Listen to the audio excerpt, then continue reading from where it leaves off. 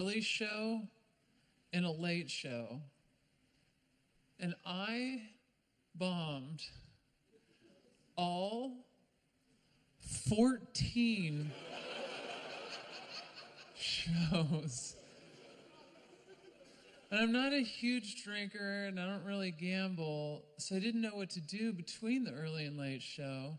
So the first night I thought I'd hang out in my hotel room, but it was so far away from the venue that I only had enough time to walk back to my room, stand like this for 2 minutes, and then head back to the comedy club. The rest of the time, I thought, I'll just sit in the back corner of the club, hang out between the shows, and just kill time having a glass of water. I'm sitting there, and my agent calls me to tell me that the venue called him to say that they thought it was weird that I was just sitting in the back corner.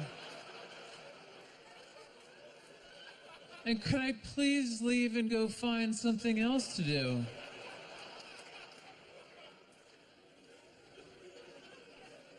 So again, I'm sitting there, my phone rings, I'm like, hey, what's going on?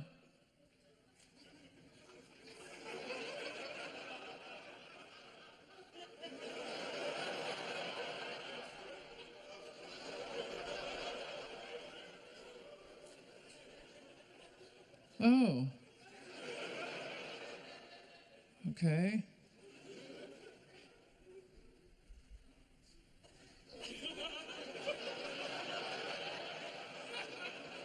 So humiliating. It's not like that call came from some far-off headquarters someplace. That call came from inside the club.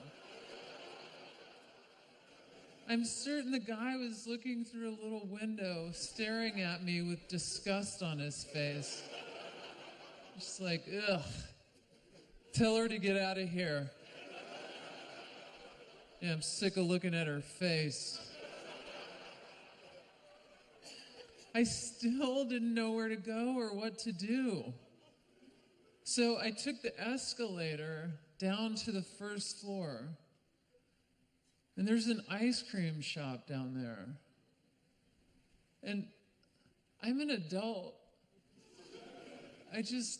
Personally, I don't sit alone in ice cream shops.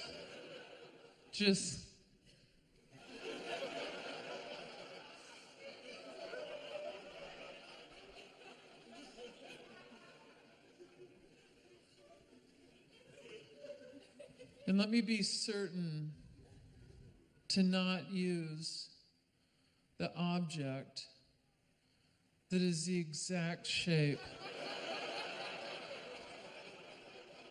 of an ice cream cone.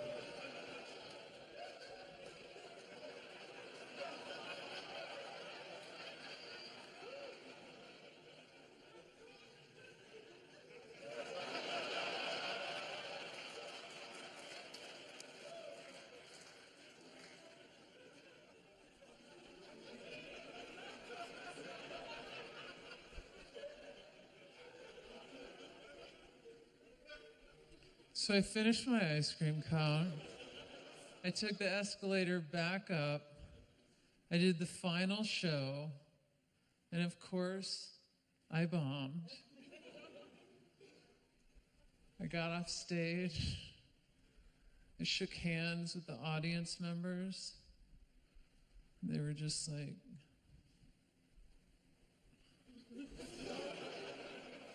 we hate you. This feeling is mutual. I said goodbye to the other comedians that hated me too. Then I went into the office and got paid. And then I walked all the way back to my hotel room. I put my pajamas on. Had little pigs flying all over my pants. I looked so adorable. It was like my one tiny victory for the whole week. And then I went into the bathroom to brush my tooth.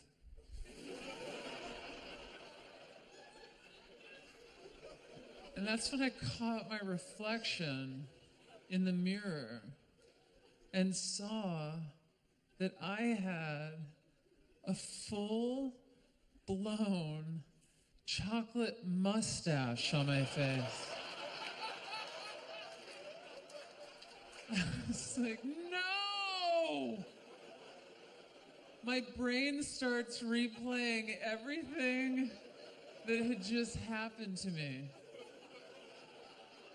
I was on stage for an entire hour, bombing, with a chocolate mustache on my face. And then remember, all up close and personal, I was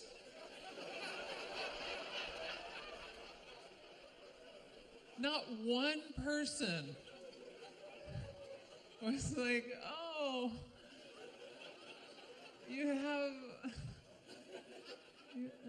nobody told me. And then I went into the office to get paid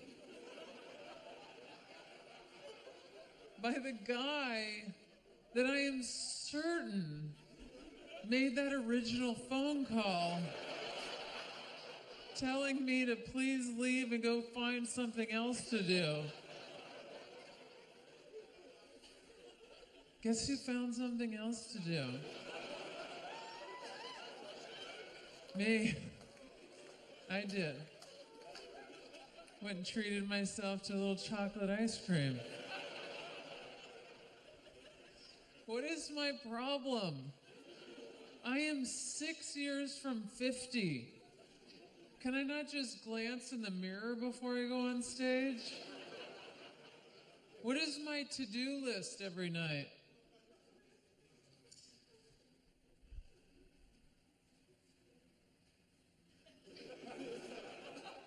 Belly full of ice cream. Check.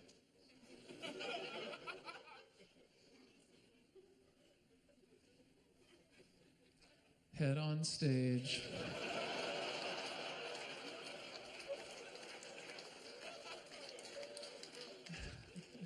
What did the owner of the club think as I sat there across the desk in a tiny office with a chocolate mustache on my face, a grown woman,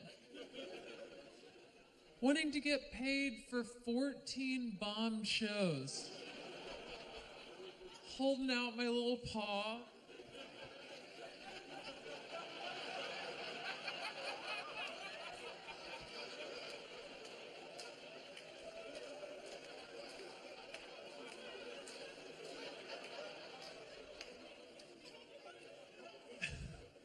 Did he think that I just grabbed an ice cream cone out of the hand of a small child, slammed it in my own face, hopped back up on stage? Not so funny anymore, is it, Vegas? I'm nuts.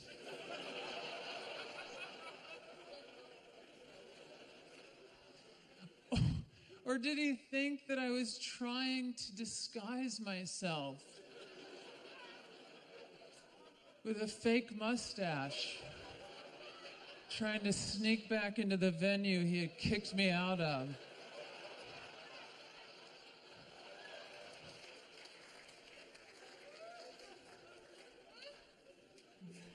Sorry, this bit goes as long as whatever stage I'm on.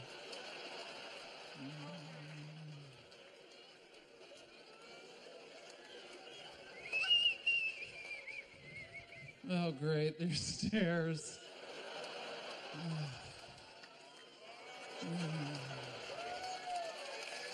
Guys, relax. Relax, I'm just a person.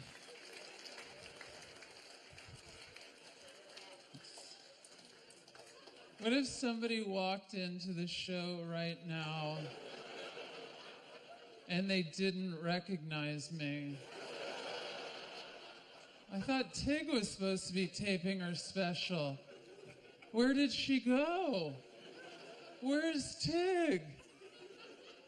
Guys, it's me. It's me. It's me. Oh, where did Tig go? Where did Tig go? Oh, where did Tig go? Let me see your little belly. Where did Tig go? Oh, there I am. Oh, you guys are dumb.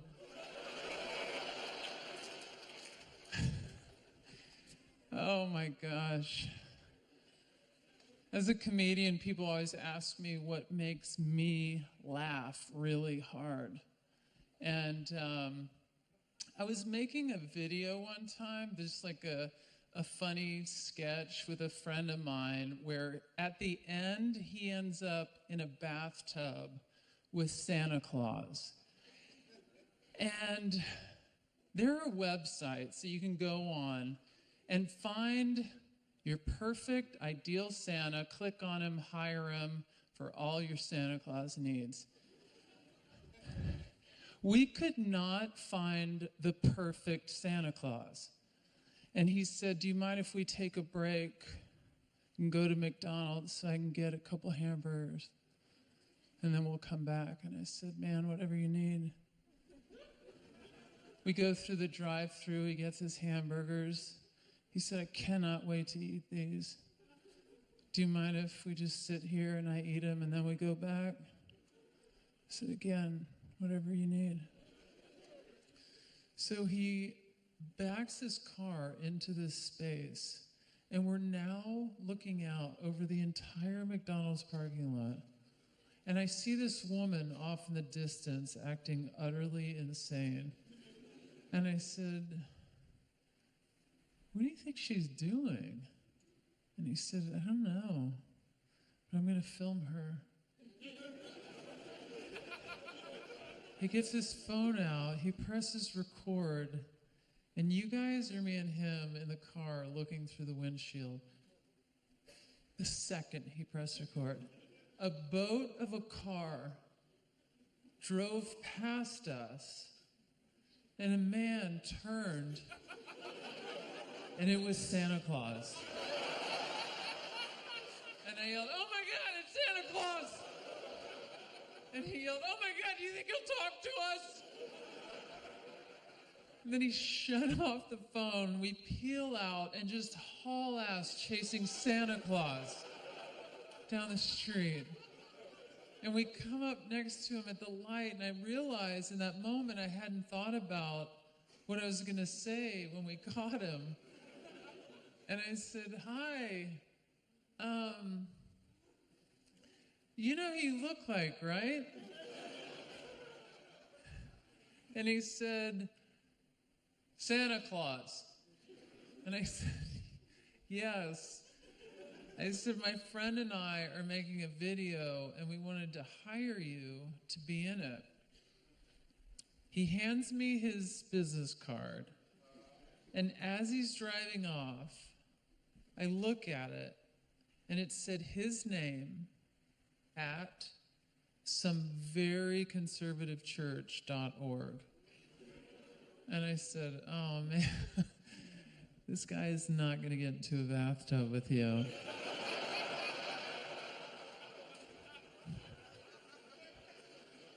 Or maybe he will. So we drive off feeling defeated.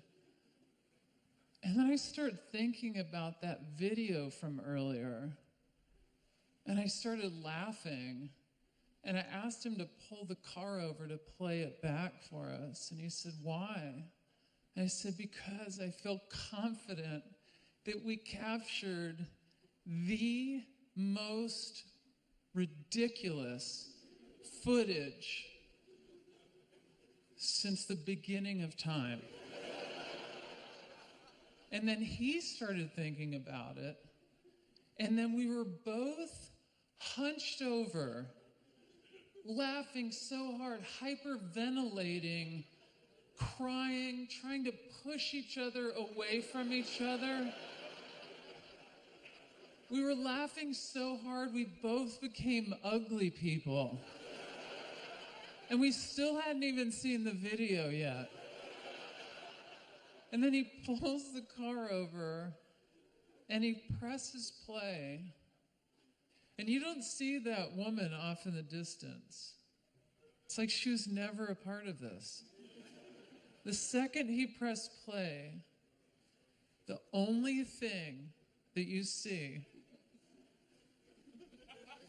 is a boat of a car driving past us and a man turning,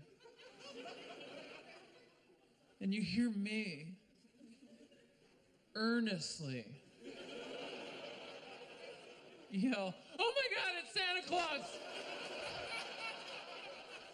You see my hand just dart up into the video. And then you hear my friend, a full-grown man, yell, "Oh my God, do you think he'll talk to us?"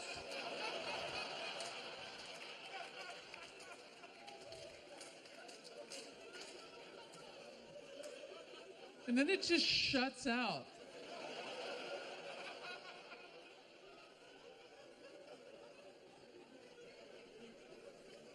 If anybody came across that video footage with zero backstory, it truly appears as though two full-grown buffoons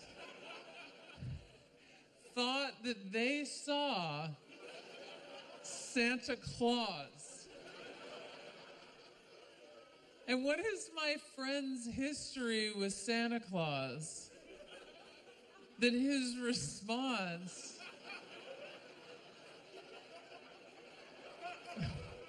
would be, "Oh my God, do you think he'll talk to us?"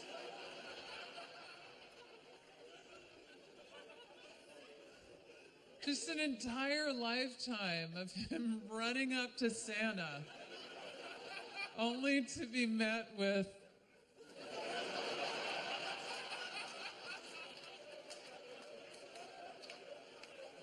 "But Santa..."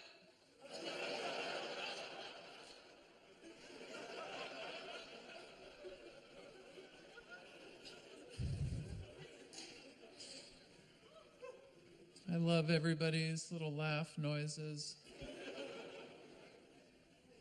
My favorite laugh noise is the sigh after the laugh. The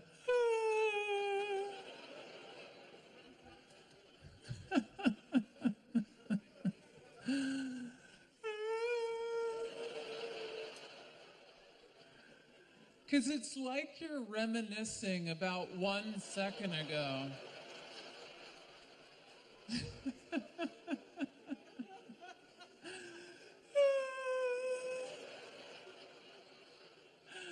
Remember 1 second ago?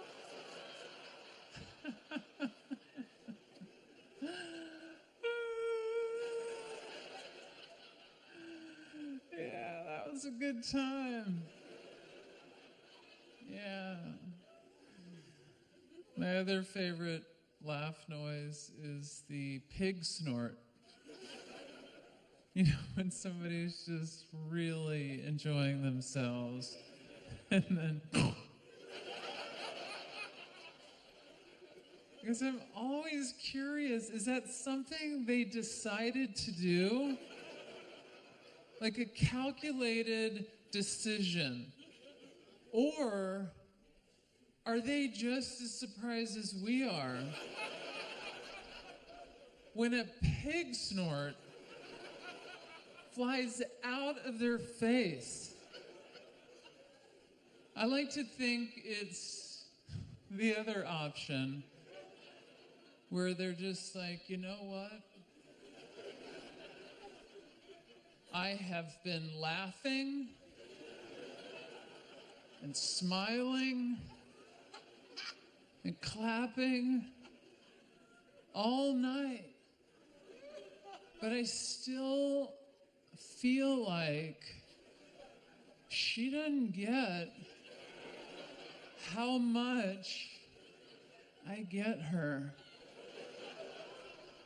I think I'm gonna go ahead and snort like a pig. Yeah, this story she's telling, this is actually one of my favorites. I was telling, hold on one second.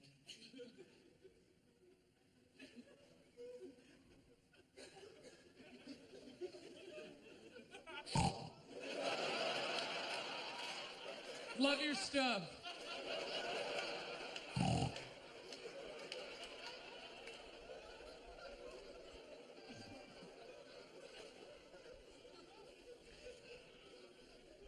My dream situation is actually that at the end of the night, when the lights go on, that there is an actual pig in the audience. Just out on the town, pantless, clanking its little cloven hooves together, sitting on its little curly cue. Comes up to me at the end of the night. Hey, that was me. I can't laugh, so I snort. Sure, I can talk.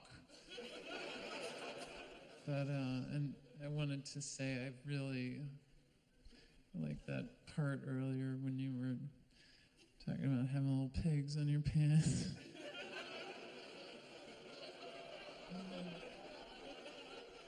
Anyway, I don't want to keep you. I really just wanted to say, pig fan. Boston, that's a terrible joke. I'm sorry. I'm sorry. I'm just up here being a ham, and I'm sorry. That's too much. You're right. Too many puns eventually becomes a bore, and I don't want to. Don't shake your head at me. I will reimburse you. I am sorry.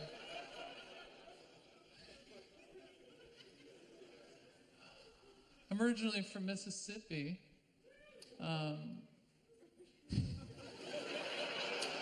Settle down, everyone. I'm originally from Mississippi, and my fiance is...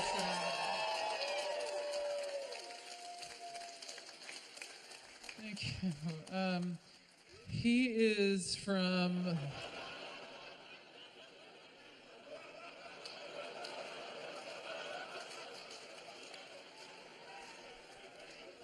Okay.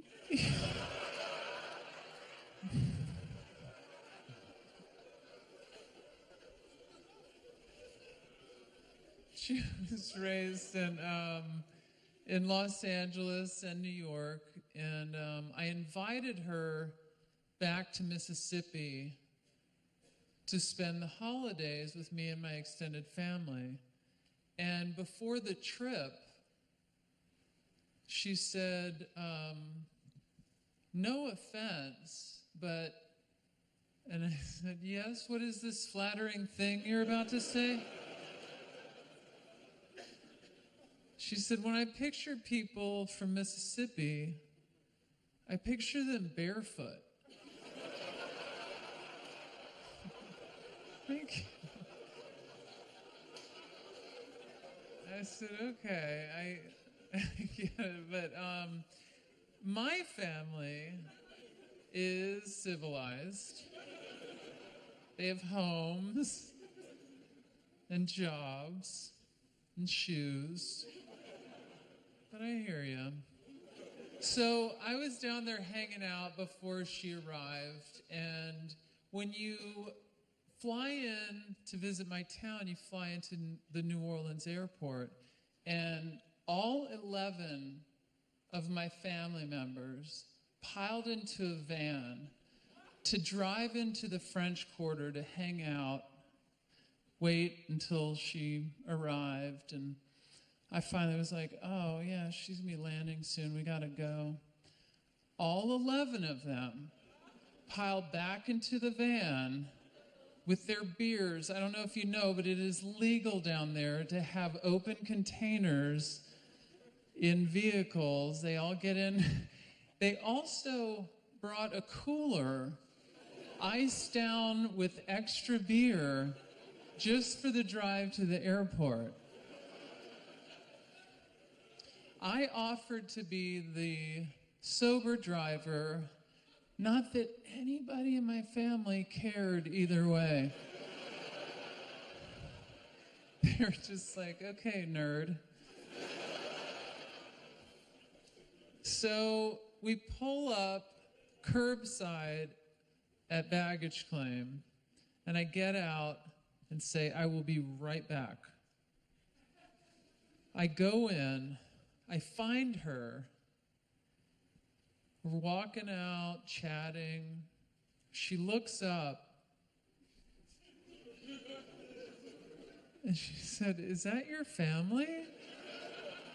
I look up, and all 11 of them have gotten out of the van. They're smoking and drinking. They're waving wildly. So excited to meet her.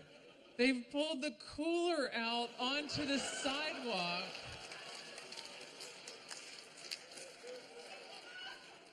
And they were barefoot.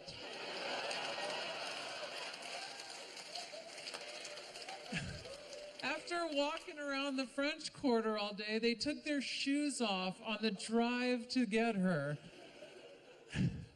So there I was, having to say, yes, that is my civilized family that I told you about. There they are in all of their glory. So we have the holidays, Christmas, whatever. She and I are driving out of town together. And I asked her if a couple of years ago my mother passed away, and we buried her in our hometown in Mississippi. And I asked if we could go visit her grave. And she said, of course. And just to back up a little more, when my stepfather and I were driving away from the funeral, he told me, when your mother died, they were offering a really good deal on burial plots. I ended up getting 6 for $1,000. He said, I got one for your mother. I got one for me. I got one for you. I got one for your brother. And then I got 2 extras.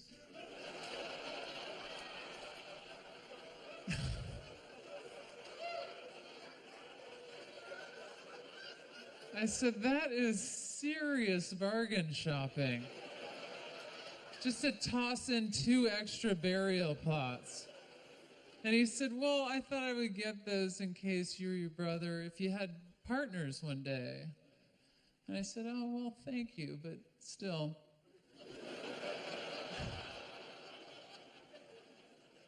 So my girlfriend and I pull up to the graveyard. We get out of the car. We walk over. We're standing there. She's looking around. She said, this is really beautiful. She said, so is it just this right here? And I said, well, That's the thing. When my mother died, they were offering a really good deal. 6 plots for $1,000. So my stepfather, my mother, she's just buried right here. But he got hers, and then one for him. He got one for me. He got one for my brother. And then,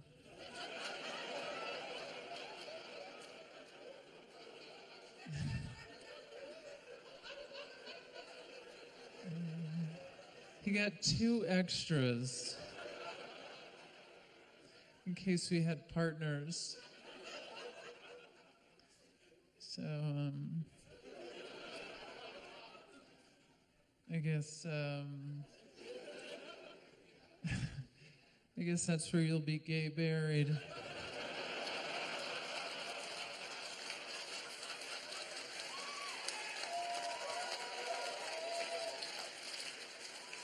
Barefoot in Mississippi, just like you always imagined. She thought it was some twisted marriage proposal. After my mother passed away, I was diagnosed with bilateral breast cancer, but I have not told anybody yet.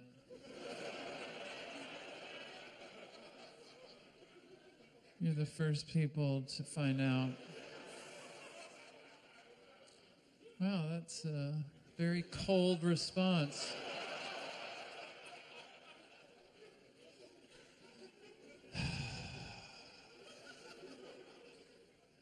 I ended up having a double mastectomy, and before my surgery, I was already relatively flat-chested, and I made so many jokes over the years about how small my boobs were that I started to think that maybe my boobs overheard me.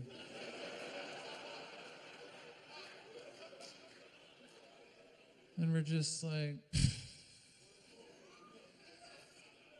you know what? We're sick of this.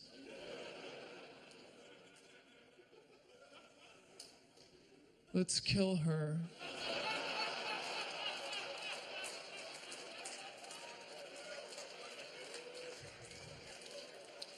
I'm always thrown off by the clapping.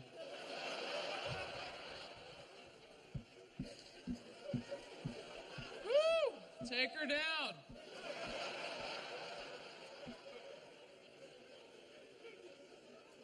I did a show where this woman sat front row with her arms crossed, shaking her head at me.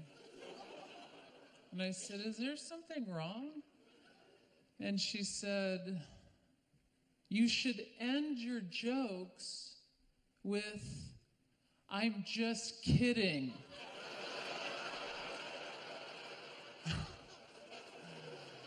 Oh, right. I don't know why I never thought about that. That is a great idea. I'm just kidding. I'm not kidding. I really did have cancer. I don't really think that my boobs were conspiring to kill me.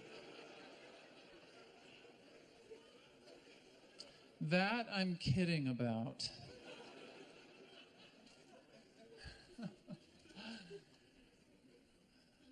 Oh, yeah. Oh, we remember.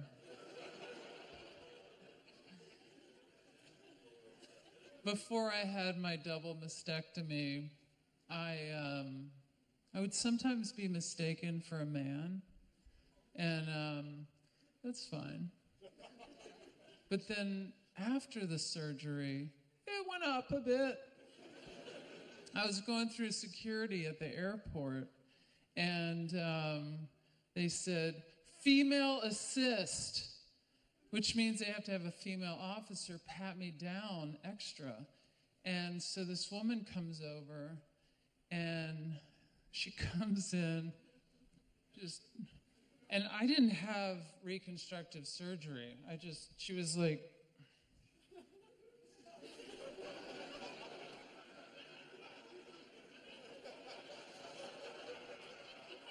she didn't feel a boob or a bra or anything.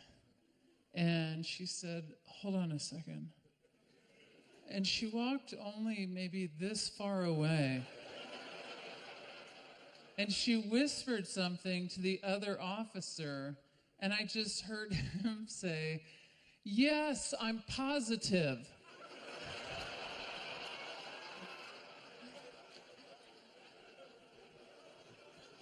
So she comes back over, and she's like, but this time she stopped before she touched me. She looked up at my face. She really took it in. But apparently, that was not helpful at all. And she said, hold on a second. She walks back over and whispers something again to the officer, and he just says, yes! And the thing is, I knew exactly what was happening. And I knew that all I needed to do was speak. And then she would know that I was female. But I just did not want to help her out.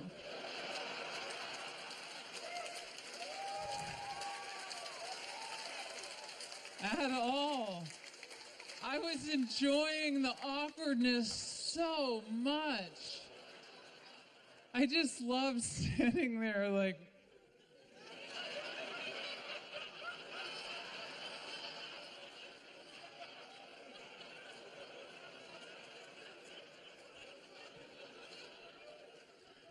she finally came back over and said, you're good. And I walked off saying, thank you. Thank you. Oh my gosh, you guys are so nice. I have really been... So, do not tempt me. I will do it. I will, guys, no.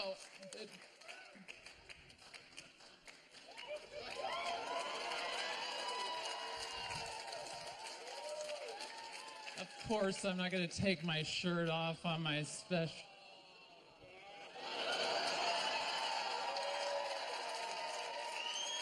No.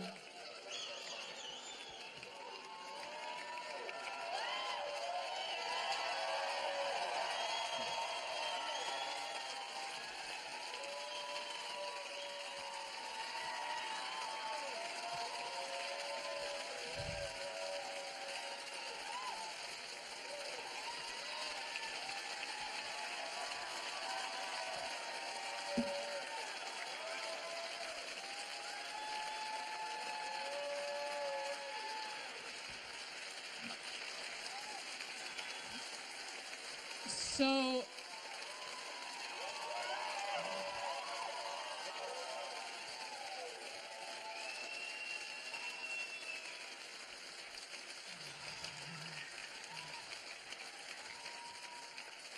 I'll tell you, I am afraid to fly, and I am. Sure, laugh all you want, but I'm very afraid to fly. And I went on a plane that seated maybe only 6 people. And it was so tiny that you could only kind of crouch to get through the plane. And oh my God, it was so small. And once we got to our cruising altitude, we're flying along, and the pilot, who's just sitting right there, it's just like, hey, how's it going? And you do your thing, I'll do mine.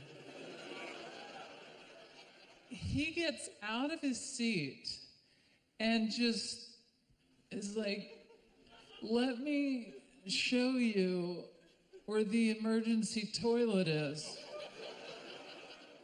And I said, I'll decide where the emergency toilet is.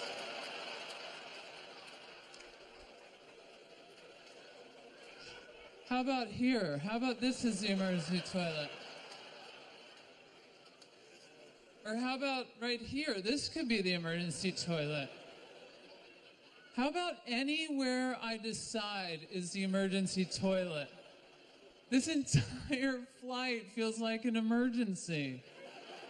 Just one huge emergency toilet flying through the air. Now go sit back down, you joker. Don't you worry about the emergency toilet. I love on commercial flights when you're seated in the emergency exit row and the flight attendant's like, I was just wondering if in the event of an emergency, you'd be willing to help out. And I'm like,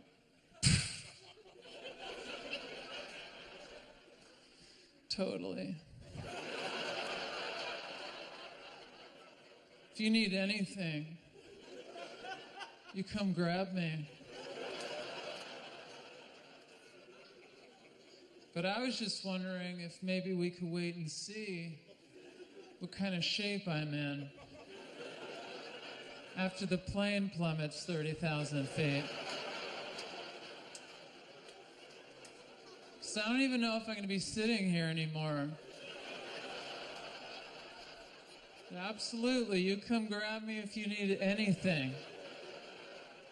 Are they really going to hold me to that? Where is that woman from 12E? Where's that guy from 12E?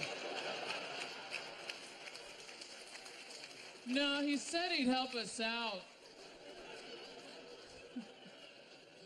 I'm just off in the distance, gathering my own body parts.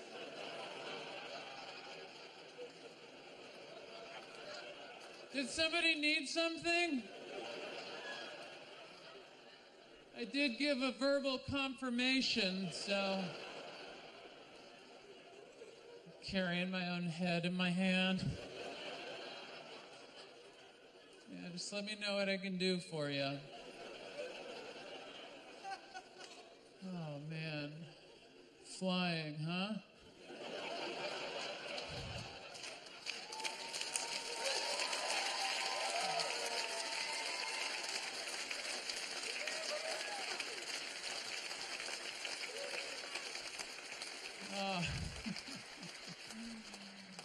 I've been traveling around so much, and I've noticed in the States, I haven't really noticed it so much overseas anywhere, but in the US, I've noticed these signs showing up at public pools.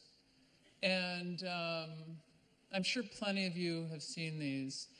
And they say that you cannot go swimming if you have diarrhea. Raise your hand if you've seen these signs. Yes, these are actual signs. And my question is, how frequently was this happening? But more importantly, how confident of a person do you have to be to be like, oh man.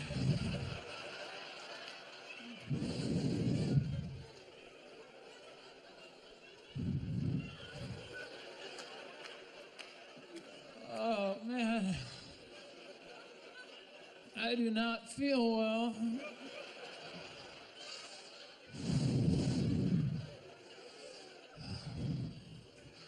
Doctor said I should definitely stay home. Stick near the toilet.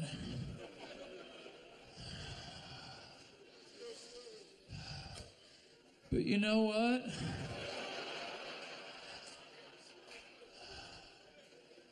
I'm gonna head down to the public pool.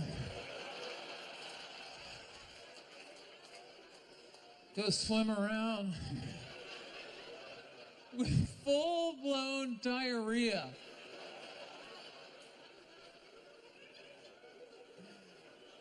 And they're just like, hey, out of the pool.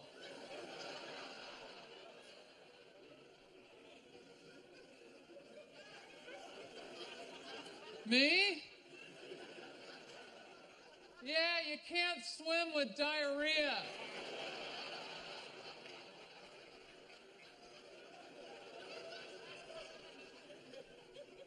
Oh, so this is a problem? Yeah, I gotta get out of the pool.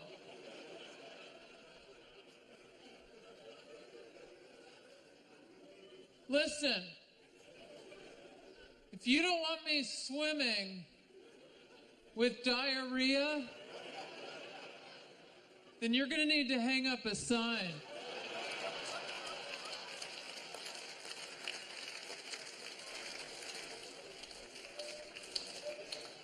Otherwise, there's just no possible way I would know better. So until that goes...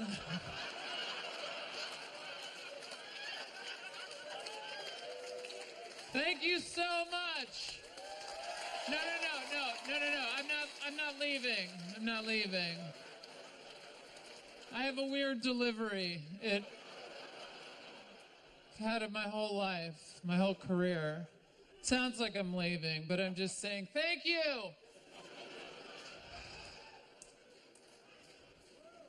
Just kind of like, you guys really got that. Thanks. I have a gift for you all. Something that brings me a lot of joy in my life. I want to give it to you so that you can experience the happiness that I do. I love sending text messages to friends of mine at random times of the day that just say, "What's your ETA?"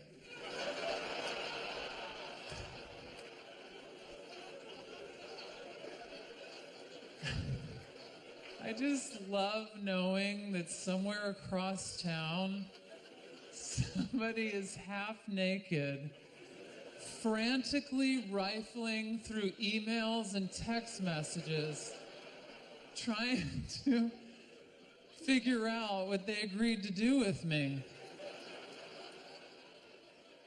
And they write back, "What?" And then write back, "Yeah, we're all seated, better hurry."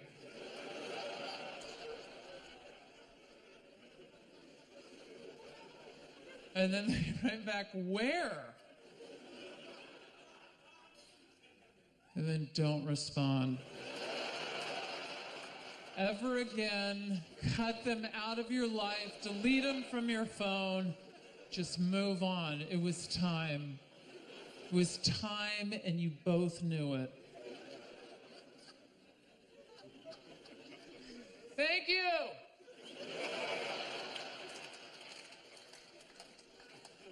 Thank you so much.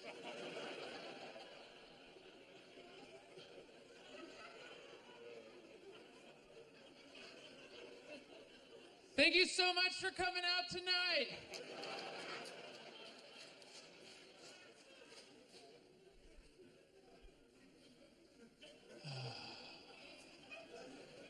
I've been doing stand-up for almost 20 years now, and every show I've ever done,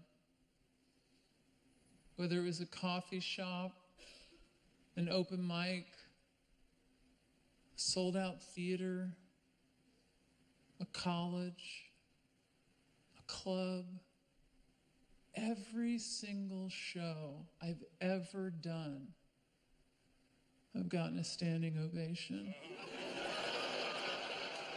Oh, sure, laugh all you want. Even in Vegas, I got 14 standing ovations. You might be thinking, I had a good time tonight, but not standing ovation good time. Everybody thinks that.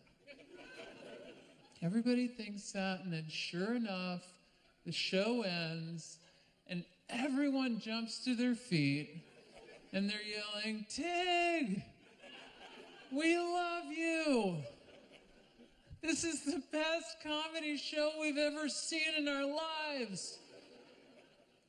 I'm just like, I'm just a person. Please be seated. And they won't. And that goes on for 3 minutes every single time. So I'm just giving you a heads up what's to come.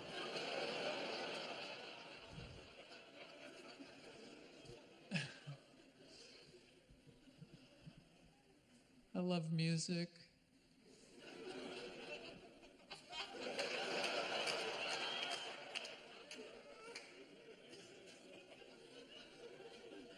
I've never detected a punchline there.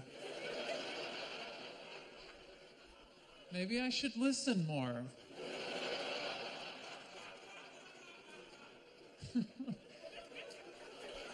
Sounded like a cartoon character showed up. Ha ha ha ha ha ha ha. I like your style. Ha ha ha. That was funny. Ha ha ha ha ha ha ha. I can barely take this. I'm laughing so hard. Ha ha ha. That's all I wanted to laugh.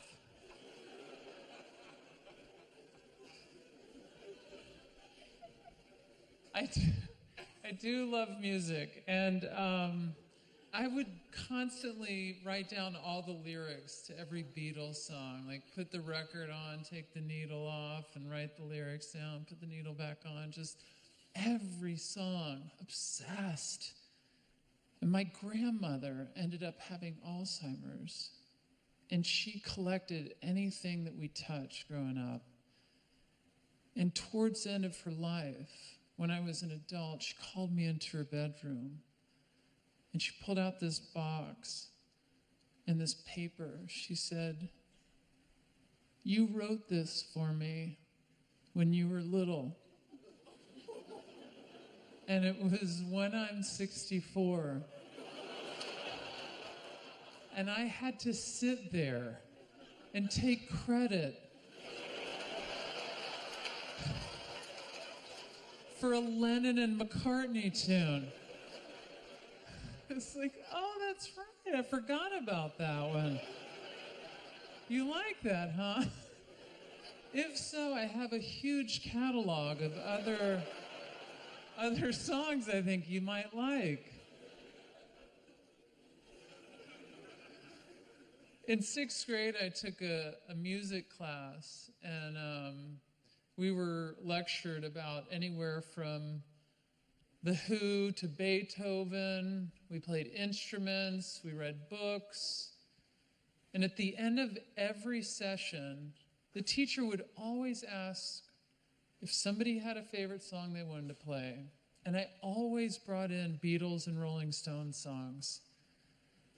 And one day, the coolest kid in the entire school, his name was JD, and he came...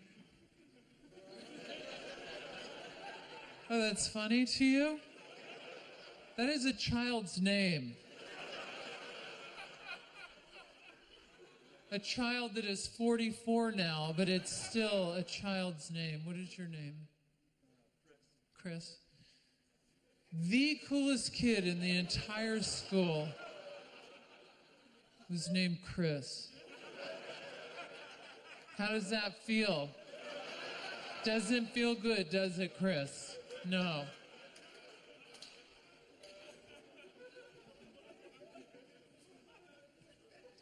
JD came up to me after class and he said, if I bring in one of my dad's Rolling Stones records, will you tell me the coolest song on the album to play?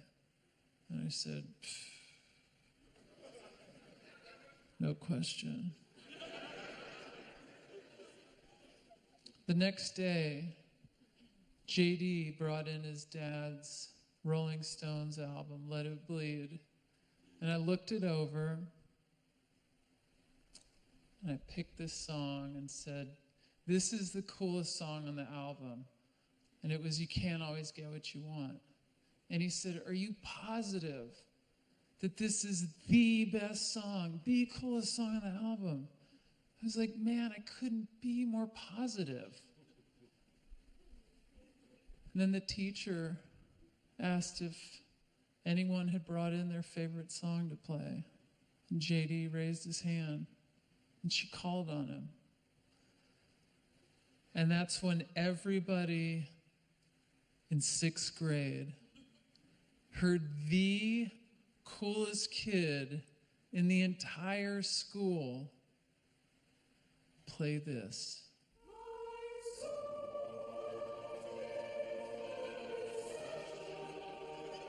JD was like, what the hell is this? And I was like, no, it gets better.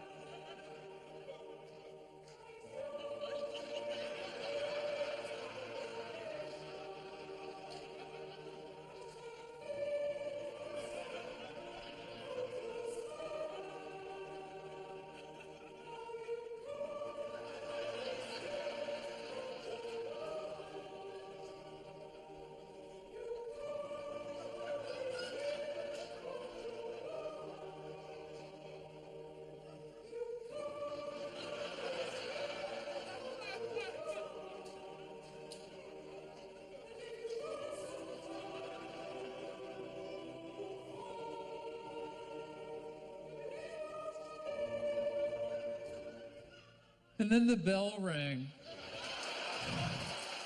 Boston, thank you so much. You're such a great audience. What? I told you. Please be seated. Please be seated. I'm just a person. I'm just a person. Touch me. I'm just a person. Please be seated.